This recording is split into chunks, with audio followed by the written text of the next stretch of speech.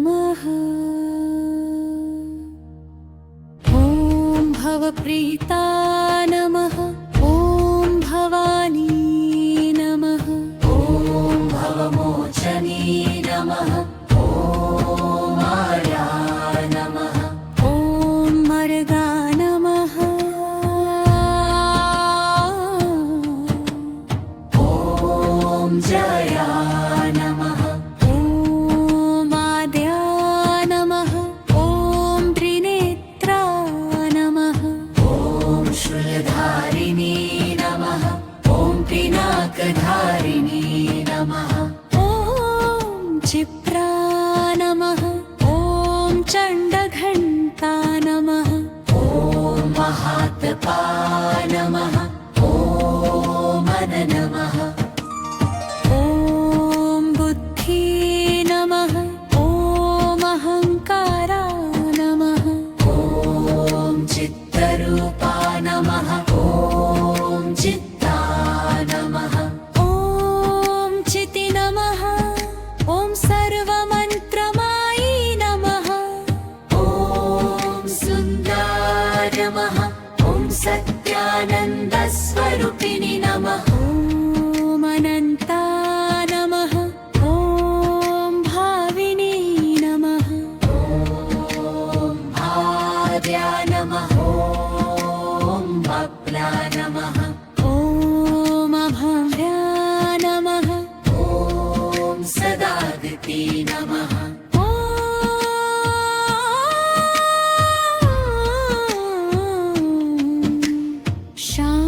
शाम्भवी नमः। ॐ देवमाता नमः। ॐ चिन्ता नमः। ॐ रत्नप्रिया नमः। ॐ सर्वविद्या नमः। ॐ दक्षकन्या नमः। ॐ दक्षयज्ञविनाशिनी नमः। ॐ अपर्णा नमः। ॐ अनेकवर्णा नमः। ॐ पाटला नमः। ॐ वाटलावती नमः। ॐ पट्टम्बरपरिधाना नमः। ॐ कलं निम्चिरञ्जिनी नमः। ॐ अमेयविक्रमा नमः। ॐ क्रूरा नमः। ॐ सुन्दरी नमः। ॐ सुरसुन्दरी नमः। ॐ वनदुर्गा नमः। ॐ मातङ्गी नमः। ॐ मातङ्गमुनिपूजिता नमः। ॐ ब्राह्मी नमः। ॐ माहेश्वरी नमः। ॐ मन्त्री नमः। ॐ वाबाही नमः। ॐ वैष्णवी नमः। ॐ सर्वमुण्डा नमः। ॐ वाराही नमः। ॐ लक्ष्मी नमः। ॐ पुरुषाकृति नमः। ॐ विमला नमः। ॐ उत्कर्षिणी नमः। ॐ ज्ञाना नमः। ॐ क्रिया नमः। ॐ नित्या नमः। ॐ बुद्धिदा नमः। ॐ बहुला नमः। ॐ बहुलप्रेमा नमः। ॐ सर्ववाहनवाहना नमः। ॐ निशुम्भशुम्भग्रहणिनी नमः। ॐ महिषासुरमर्दिनी नमः। ॐ मधुकैटभहन्त्री नमः। ॐ चण्डमुण्डविनाशिनी नमः। ॐ सर्वासुरविनाशा नमः। ॐ सर्वदानवघातिनी नमः। ॐ सर्वशास्त्रमयी नमः।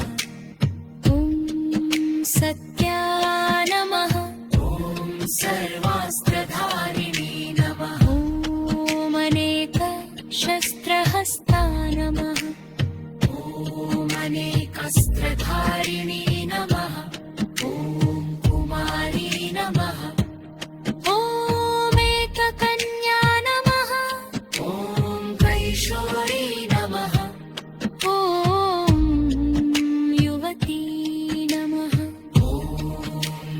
नमः ॐ अप्रौढा नमः ॐ प्रौढा नमः ॐ वृद्धमाता नमः ॐ बलप्रदा नमः ॐ महोदरी नमः ॐ मुक्तकेशी नमः ॐ घोररूपा नमः ॐ महाबला नमः ॐ अग्निज्वाला नमः ॐ रौद्रमुखी नमः ॐ कालरात्रि नमः ॐ तपस्विनी नमः ॐ नारायणी नमः ॐ भद्रकाली नमः ॐ विष्णुमाया नमः ॐ जरोदरी नमः ॐ शुभ्रगुरुती नमः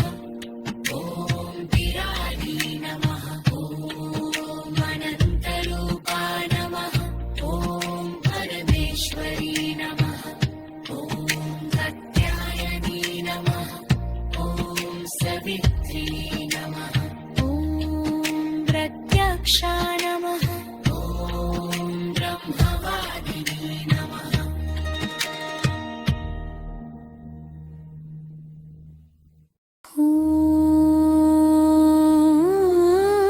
ॐ सती नमः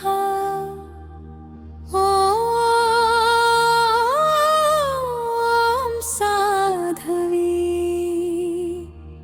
नमः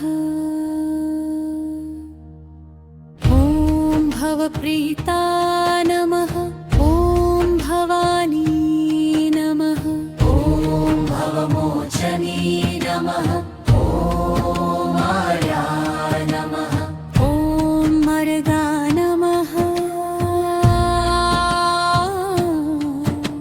ॐ जया नमः ॐ आद्या नमः ॐ त्रिनेत्रा नमः ॐ शूलधारिणी नमः ॐ पिनाकधारिणी नमः ॐ क्षिप्रा नमः ॐ चण्डघण्टा नमः ॐ महात्पा नमः ॐ मन नमः ॐ बुद्धि नमः ॐ अहङ्कारा नमः ॐ चित्तरूपा नमः ॐ चित्ता नमः ॐ चिति नमः ॐ सर्वमन्त्रमायी नमः ॐ सुन्दर नमः ॐ सत्यानन्दस्वरूपिणि नमः ॐ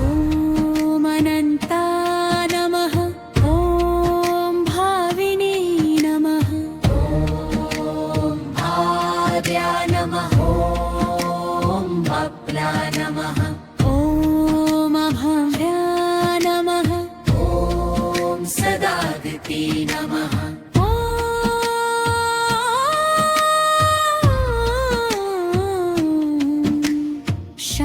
शाम्भवी नमः ॐ देवमाता नमः ॐ चिन्ता नमः ॐ रत्नप्रिया नमः ॐ सर्वविद्या नमः ॐ दक्षकन्या नमः ॐ दक्षयज्ञविनाशिनी नमः ॐ अपर्णा नमः ॐ अनेकवर्णा नमः ॐ पाटला नमः ॐ पाटलावती नमः ॐ पट्टम्बरपरिधाना नमः ॐ कलं निम्जिरञ्जिनी नमः ॐ अमेयविक्रमा नमः ॐ क्रूरा नमः ॐ सुन्दरी नमः ॐ सुरसुन्दरी नमः ॐ वनदुर्गा नमः ॐ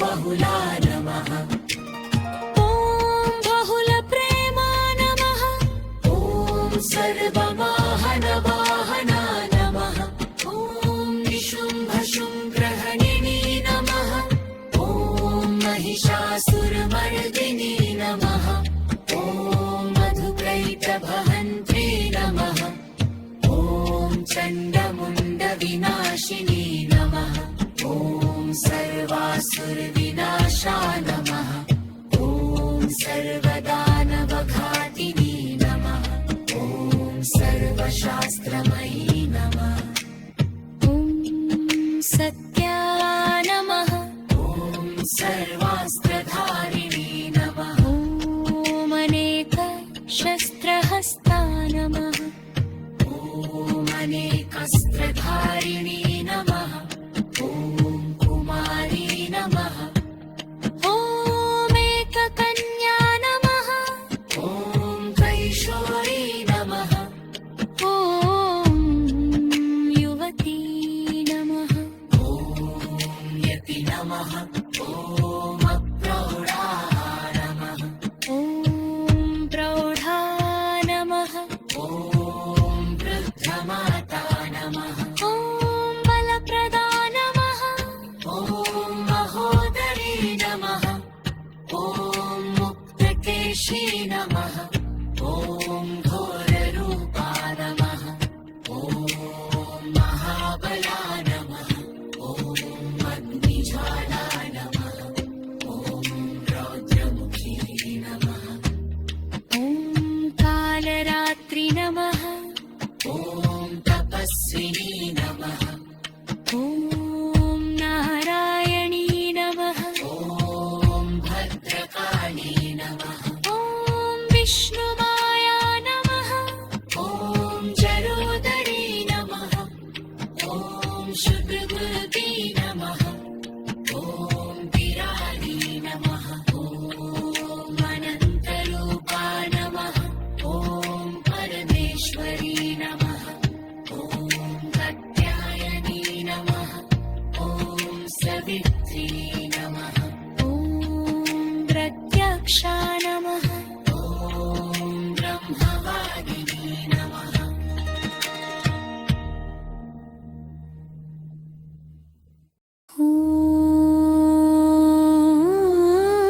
ॐ सती नमः ॐ साधवी नमः ॐ भवप्रीता नमः ॐ भवानी नमः ॐ भवमोचनी नमः ॐ आर्या नमः ॐ मर्गा नमः ॐ जया नमः ॐ आद्या नमः ॐ त्रिनेत्रा नमः ॐ शूलधारिणी नमः ॐ पिनाकधारिणी नमः ॐ क्षिप्रा नमः ॐ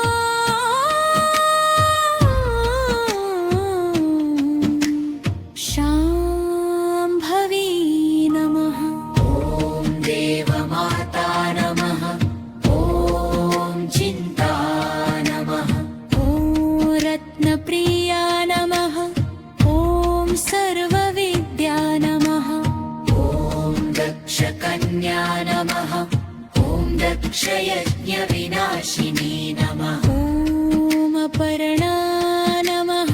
ॐ अनेकवर्णा नमः।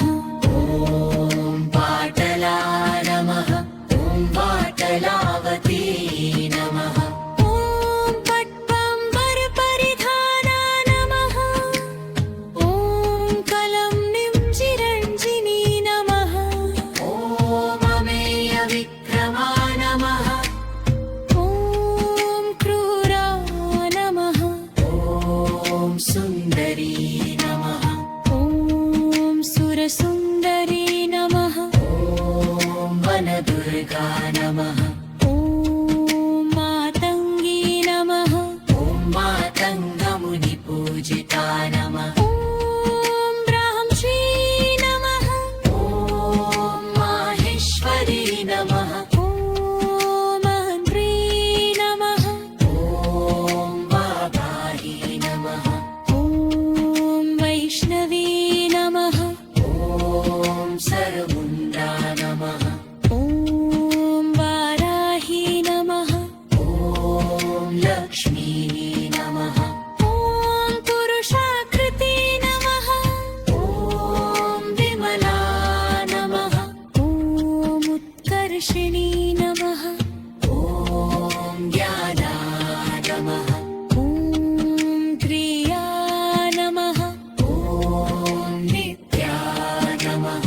ॐ बुद्धिदा नमः। ॐ बहुला नमः।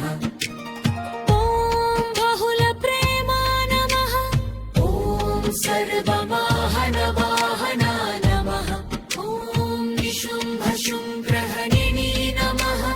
ॐ महिषासुरमर्दिनी नमः। ॐ मधुकैटभहन्त्री नमः। ॐ चण्डमुण्डविनाशिनी नमः। ॐ सर्वासुरविनाशा नमः। ॐ सर्वदानवघातिनी नमः। ॐ सर्वशास्त्रमयी नमः। ॐ सत्या नमः। ॐ सर्वास्त्रधारिणी नमः। ॐ अनेकशस्त्रहस्ता नमः। ॐ अनेकास्त्रधारिणी नमः। ॐ कुमारी नमः। ॐ एककन्या नमः। ॐ कैशोरी नमः। ॐ युवती नमः। ॐ यति नमः। ॐ अप्रौढा नमः। ॐ प्रौढा नमः। ॐ वृद्धमाता नमः। ॐ बलप्रदा नमः। ॐ महोदरी नमः। ॐ मुक्तकेशी नमः। ॐ घोररूपा नमः। ॐ महाबला नमः। ॐ अग्निज्वाला नमः। ॐ रौद्रमुखी नमः। ॐ कालरात्रि नमः। ॐ तपस्विनी नमः। ॐ नारायणी नमः। ॐ भद्रकाली नमः। ॐ विष्णुमाया नमः। ॐ जरोदरी नमः।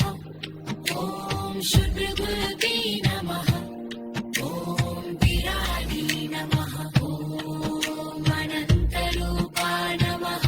ॐ परमेश्वरी नमः। ॐ कात्यायनी नमः। ॐ सवित्री नमः। ॐ प्रत्यक्षा नमः। ॐ ब्रह्मवादिनी नमः।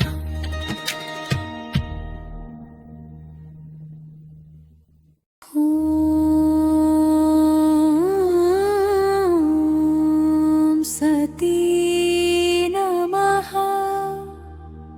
ॐ साधवी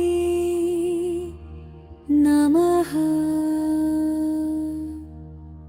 ॐ भवप्रीता नमः। ॐ भवानी नमः। ॐ भवमोचनी नमः। ॐ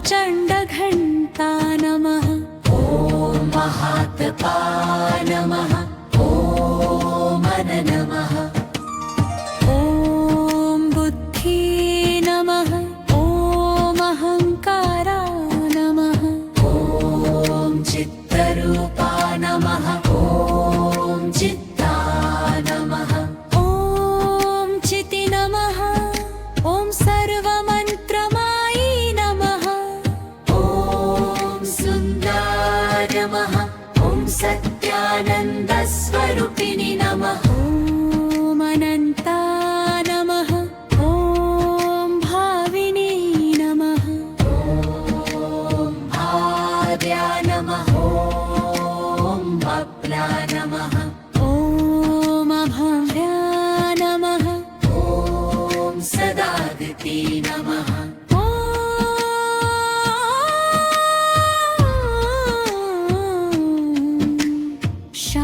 शाम्भवी नमः ॐ देवमाता नमः ॐ चिन्ता नमः ॐ रत्नप्रिया नमः ॐ सर्वविद्या नमः ॐ दक्षकन्या नमः ॐ दक्षयज्ञविनाशिनी नमः ॐ अपर्णा नमः ॐ अनेकवर्णा नमः ॐ पाटला नमः ॐ पाटलावती नमः ॐ पट्टम्बरपरिधाना नमः ॐ कलंनिंजिरञ्जिनी नमः ॐ अमेयविक्रमा नमः ॐ क्रूरा नमः ॐ सुन्दरी नमः ॐ सुरसुन्दरी नमः ॐ वनदुर्गा नमः ॐ मातङ्गी नमः ॐ मातङ्गमुनिपूजिता नमः ॐ ब्राह्मी नमः ॐ माहेश्वरी नमः ॐ मन्त्री नमः ॐ वाबाही नमः ॐ वैष्णवी नमः ॐ सर्वमुण्डा नमः ॐ वाराही नमः ॐ लक्ष्मी नमः ॐ पुरुषाकृति नमः ॐ विमला नमः ॐ उत्कर्षिणी नमः ॐ ज्ञाना नमः ॐ क्रिया नमः ॐ नित्या नमः ॐ बुद्धिदा नमः ॐ बहुला नमः ॐ बहुलप्रेमा नमः ॐ सर्ववाहनवाहना नमः ॐ निशुम्भशुम्भ्रहणिनी नमः ॐ महिषासुरमर्दिनी नमः ॐ मधुकैटभहन्त्री नमः ॐ चण्डमुण्डविनाशिनी नमः ॐ सर्वासुरविनाशा नमः ॐ सर्वदानवघातिनी नमः ॐ सर्वशास्त्रमयी नमः ॐ सत्या नमः ॐ सर्वास्त्रधारिणी नमः ॐ अनेकशस्त्रहस्ता नमः ॐ अनेकस्त्रधारिणी नमः ॐ कुमारी नमः ॐ एककन्या नमः ॐ कैशोरी नमः ॐ युवती नमः ॐ यति नमः ॐ अप्रौढा नमः ॐ प्रौढा नमः ॐ वृद्धमाता नमः ॐ बलप्रदा नमः ॐ महोदरी नमः ॐ मुक्तकेशी नमः ॐ घोररूपा नमः ॐ महाबला नमः ॐ अग्निज्वाला नमः ॐ रौद्रमुखी नमः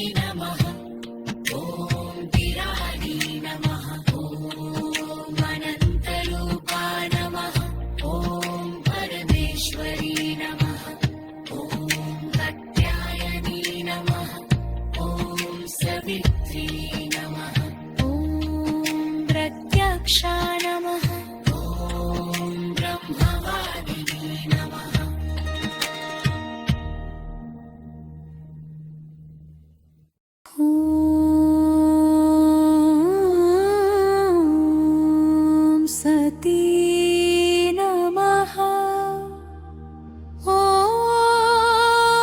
ॐ साधवे नमः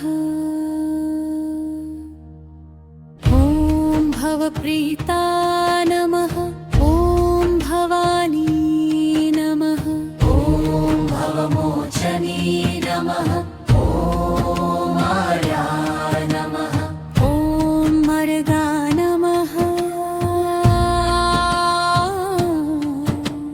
ॐ जया नमः ॐ आद्या नमः ॐ त्रिनेत्रा नमः ॐ शूलधारिणी नमः ॐ पिनाकधारिणी नमः ॐ क्षिप्रा नमः ॐ चण्डघण्टा नमः ॐ महात्पा नमः ॐ मन नमः ॐ बुद्धि नमः ॐ अहङ्कारा नमः ॐ चित्तरूपा नमः ॐ चित्ता नमः ॐ चिति नमः ॐ सर्वमन्त्रमायी नमः ॐ सुन्दर नमः ॐ सत्यानन्दस्वरूपिणि नमः ॐ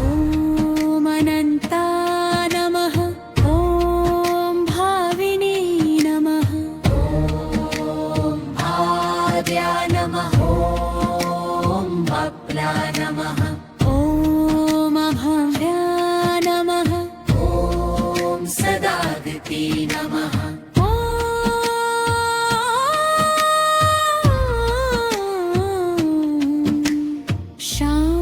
शाम्भवी नमः ॐ देवमाता नमः ॐ चिन्ता नमः ॐ रत्नप्रिया नमः ॐ सर्वविद्या नमः ॐ दक्षकन्या नमः ॐ दक्षयज्ञविनाशिनी नमः ॐ अपर्णा नमः ॐ अनेकवर्णा नमः ॐ पाटला नमः ॐ पाटलावती नमः ॐ पट्टम्बरपरिधाना नमः ॐ कलं निञ्जिरञ्जिनी नमः ॐ अमेयविक्रमा नमः ॐ क्रूरा नमः ॐ सुन्दरी नमः ॐ सुरसुन्दरी नमः ॐ वनदुर्गा नमः ॐ मातङ्गी नमः ॐ मातङ्गमुनिपूजिता नमः ॐ ब्राह्मी नमः ॐ माहेश्वरी नमः ॐ मन्त्री नमः ॐ वादाही नमः ॐ वैष्णवी नमः ॐ सर्वमुण्डा नमः ॐ वाराही नमः ॐ लक्ष्मी नमः ॐ पुरुषाकृति नमः ॐ विमला नमः ॐ उत्कर्षिणी नमः ॐ ज्ञाना नमः ॐ क्रिया नमः ॐ नित्या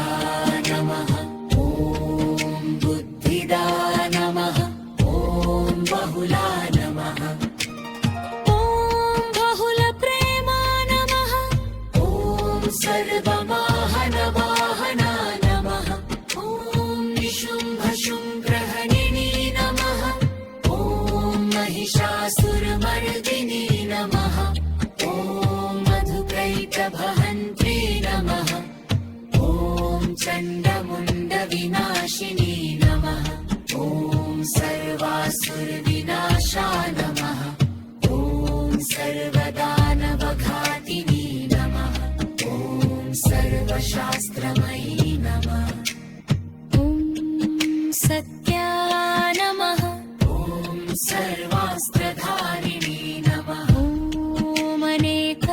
शस्त्रहस्ता नमः ॐ अनेकास्त्रधारिणी नमः ॐ कुमारी नमः ॐ एककन्या नमः ॐ कैशोरी नमः ॐ युवती नमः ॐ यति नमः ॐ अप्रौढा नमः ॐ प्रौढा नमः ॐ वृद्धमाता नमः ॐ बलप्रदा नमः ॐ महोदरी नमः ॐ मुक्तकेशी नमः ॐ घोररूपा नमः ॐ महाबला नमः ॐ अग्निज्वाला नमः ॐ रौद्रमुखी नमः ॐ कालरात्रि नमः ॐ तपस्विनी नमः ॐ नारायणी नमः ॐ भद्रकाली नमः ॐ विष्णुमाया नमः ॐ जरोदरी नमः ॐ शुद्धबुद्धि नमः ॐ विराली नमः ॐ अनन्तरूपा नमः ॐ परमेश्वरी नमः ॐ कात्यायनी नमः ॐ सवित्री नमः ॐ प्रत्यक्षा नमः ॐ ब्रह्मवादिनी नमः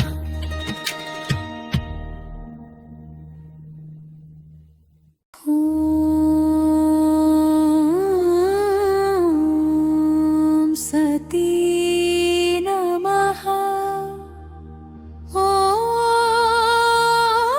ॐ साधवी नमः ॐ भवप्रीता नमः ॐ भवानी नमः ॐ भवमोचनी नमः ॐ आर्या नमः ॐ मर्गा नमः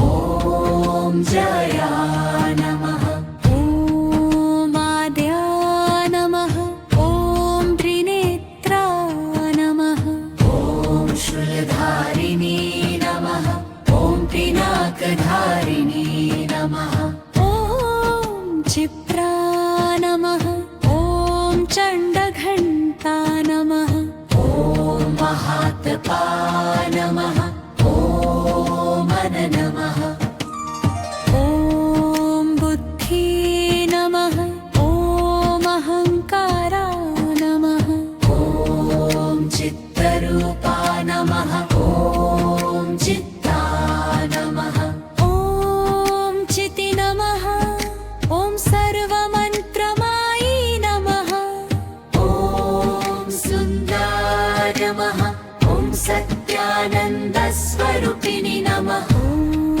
अनन्ता नमः ॐ भाविनी नमः ॐ भार्या नमः ॐ बप्ला नमः ॐ अभव्या नमः ॐ सदादिति नमः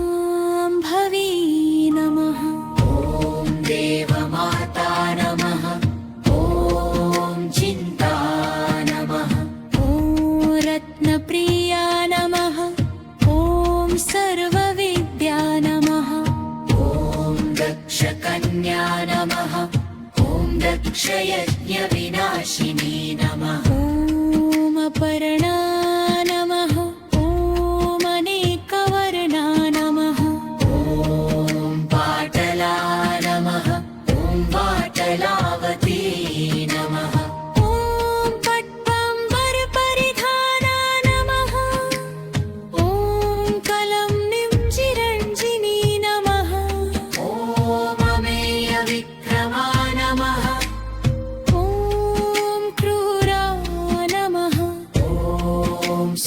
सुन्दरी नमः ॐ सुरसुन्दरी नमः ॐ वनदुर्गा नमः ॐ मातङ्गी नमः ॐ मातङ्गमुनिपूजिता नमः ॐ ब्राह्मी नमः ॐ माहेश्वरी नमः ॐ मन्त्री नमः ॐ वागाही नमः ॐ वैष्णवी नमः ॐ सर्वमुण्डा नमः ॐ वाराही नमः ॐ लक्ष्मी नमः ॐ पुरुषाकृती नमः ॐ विमला नमः ॐ उत्कर्षिणी नमः ॐ ज्ञाना नमः ॐ क्रिया नमः ॐ नित्या नमः ॐ बुद्धिदा नमः ॐ बहुला नमः ॐ बहुलप्रेमा नमः ॐ सर्ववाहनवाहना नमः ॐ निशुम्भशुम्भ्रहणिनी नमः ॐ महिषासुरमर्दिनी नमः ॐ मधुकैटभहन्त्री नमः ॐ चण्डमुण्डविनाशिनी नमः ॐ सर्वासुरविनाशा नमः ॐ सर्वदानवघातिनी नमः ॐ सर्वशास्त्रमयी नमः ॐ सत्या नमः ॐ सर्वास्त्रधारिणी नमः ॐ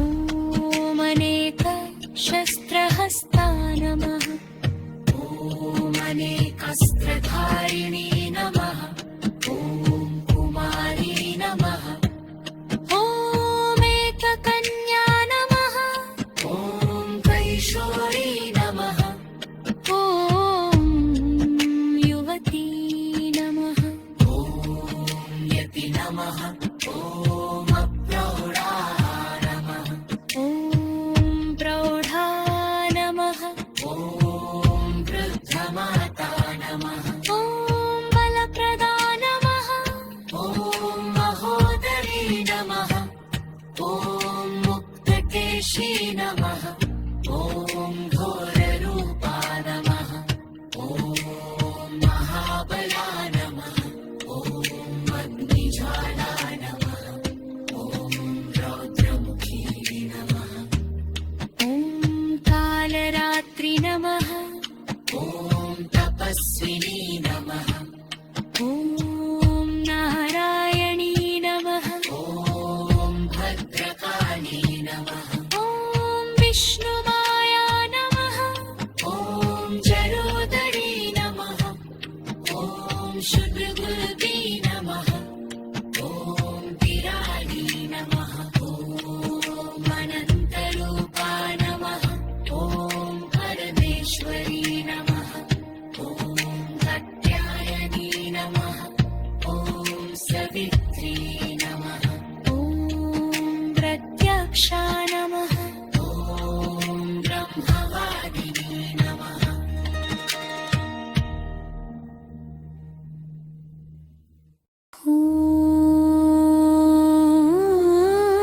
ॐ सती नमः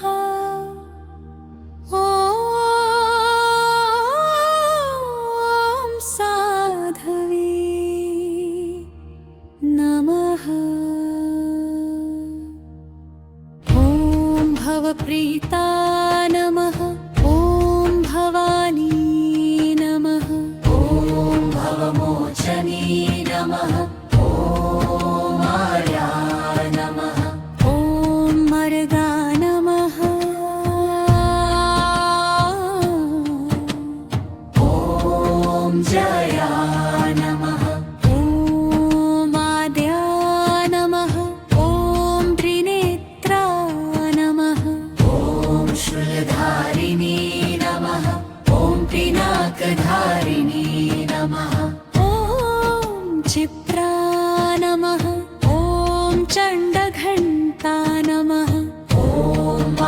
आप्तपा नमः ॐ मन नमः ॐ बुद्धि नमः ॐ अहङ्कारा नमः ॐ चित्तरूपा नमः ॐ चित्ता नमः ॐ चिति नमः ॐ सर्वमन्त्रमायी नमः ॐ सुन्दर नमः ॐ सत्यानन्दस्वरूपिणि नमः ॐ अनन्ता नमः ॐ भाविनी नमः ॐ भाव्या नमः ॐ बप्ला नमः ॐ अभव्या नमः ॐ सदागति नमः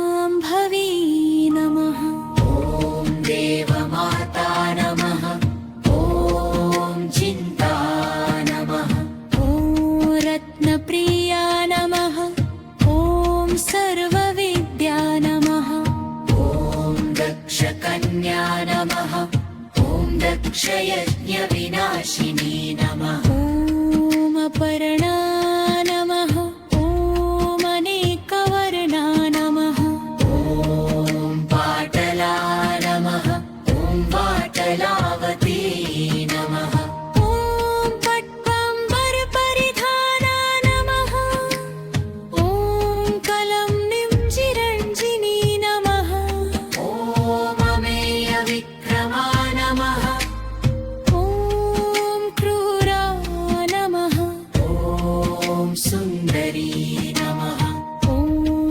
सुरसुन्दरी नमः ॐ वनदुर्गा नमः ॐ मातङ्गी नमः ॐ मातङ्गमुनिपूजिता नमः ॐ ब्राह्मी नमः ॐ माहेश्वरी नमः ॐ मन्त्री नमः ॐ वागाही नमः ॐ वैष्णवी नमः ॐ सर्वमुण्डा नमः ॐ वाराही नमः ॐ लक्ष्मी नमः ॐ पुरुषाकृति नमः ॐ विमला नमः ॐ उत्कर्षिणी नमः ॐ ज्ञाना नमः ॐ क्रिया नमः ॐ नित्या नमः ॐ बुद्धिदा नमः ॐ बहुला नमः ॐ बहुलप्रेमा नमः ॐ सर्ववाहनवाहना नमः ॐ निशुम्भशुम्भ्रहणिनी नमः ॐ महिषासुरमर्दिनी नमः ॐ मधुकैटभहन्त्री नमः ॐ चण्डमुण्डविनाशिनी नमः ॐ सर्वासुरविनाशा नमः ॐ सर्वदानवघातिनी नमः ॐ सर्वशास्त्रमयी नमः ॐ सत्या नमः ॐ सर्वास्त्रधारिणी नमः ॐ अनेकशस्त्रहस्ता नमः ॐ अनेकस्त्रधारिणी नमः ॐ कुमारी नमः ॐ एककन्या नमः ॐ कैशोरी नमः ॐ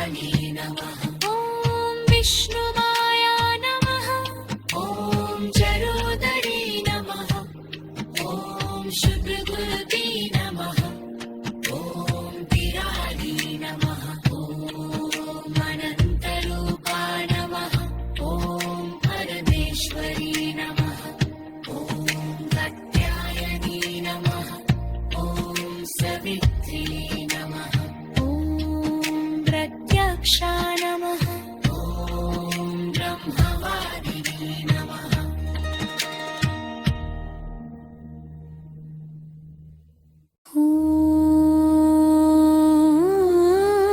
ॐ सती नमः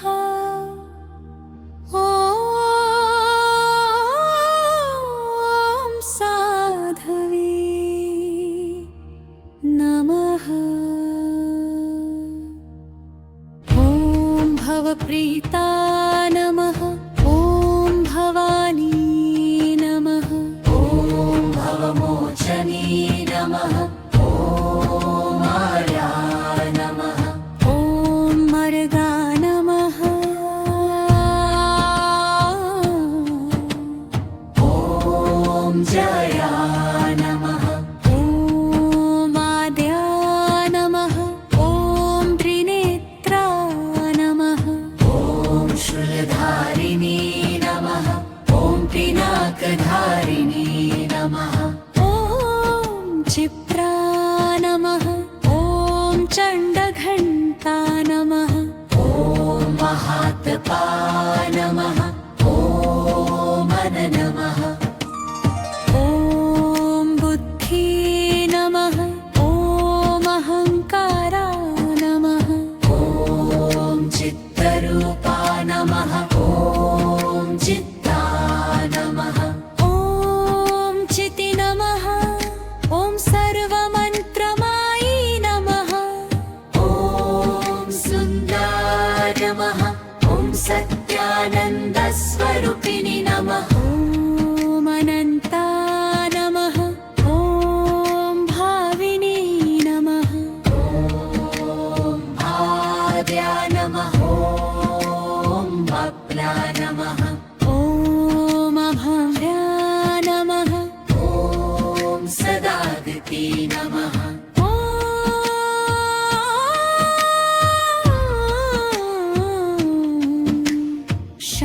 शाम्भवी नमः ॐ देवमाता नमः ॐ चिन्ता नमः ॐ रत्नप्रिया नमः ॐ सर्वविद्या नमः ॐ दक्षकन्या नमः ॐ दक्षयज्ञविनाशिनी नमः ॐ अपर्णा नमः ॐ अनेकवर्णा नमः ॐ पाटला नमः ॐ पाटलावती नमः ॐ पट्टम्बरपरिधाना नमः ॐ कलं निम्जिरञ्जिनी नमः ॐ अमेयविक्रमा नमः ॐ क्रूरा नमः ॐ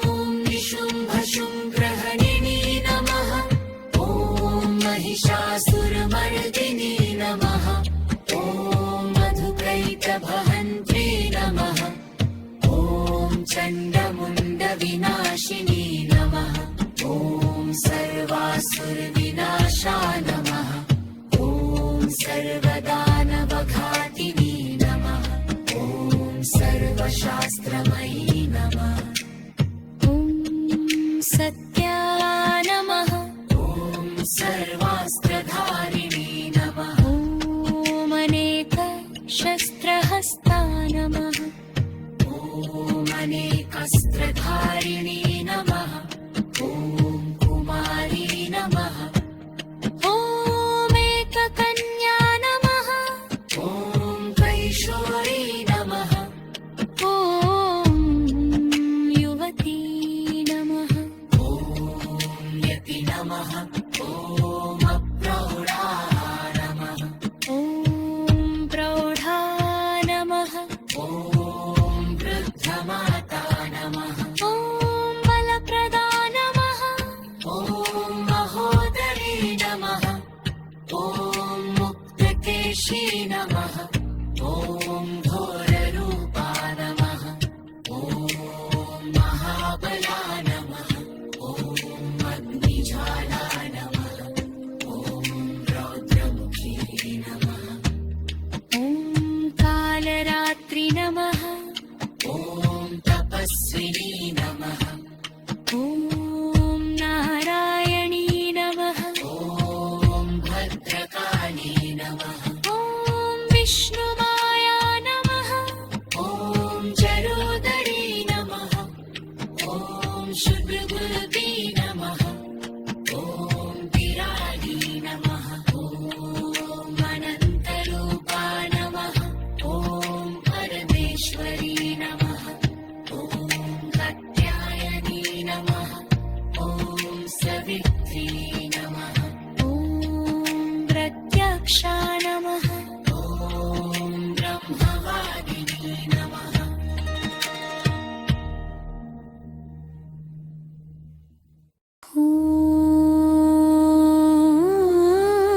ॐ सती नमः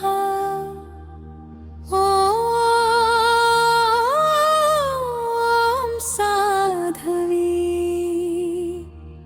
नमः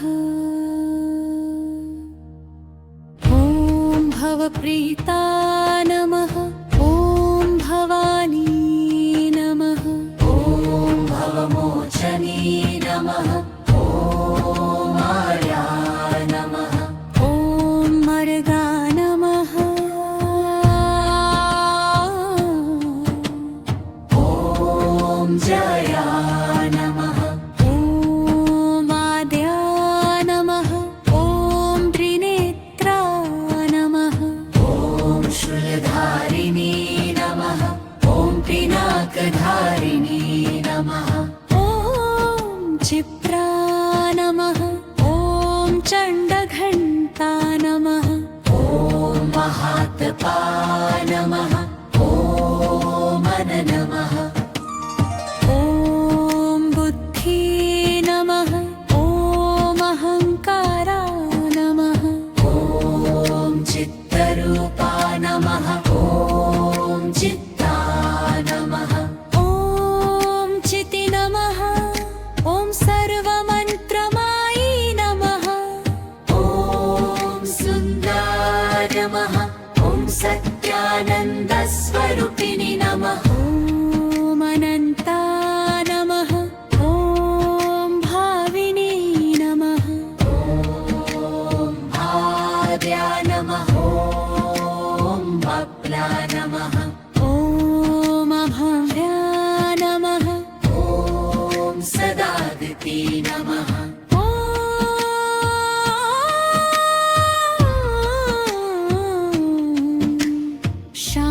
शाम्भवी नमः ॐ देवमाता नमः ॐ चिन्ता नमः ॐ रत्नप्रिया नमः ॐ सर्वविद्या नमः ॐ दक्षकन्या नमः ॐ दक्षयज्ञविनाशिनी नमः ॐ अपर्णा नमः ॐ अनेकवर्णा नमः ॐ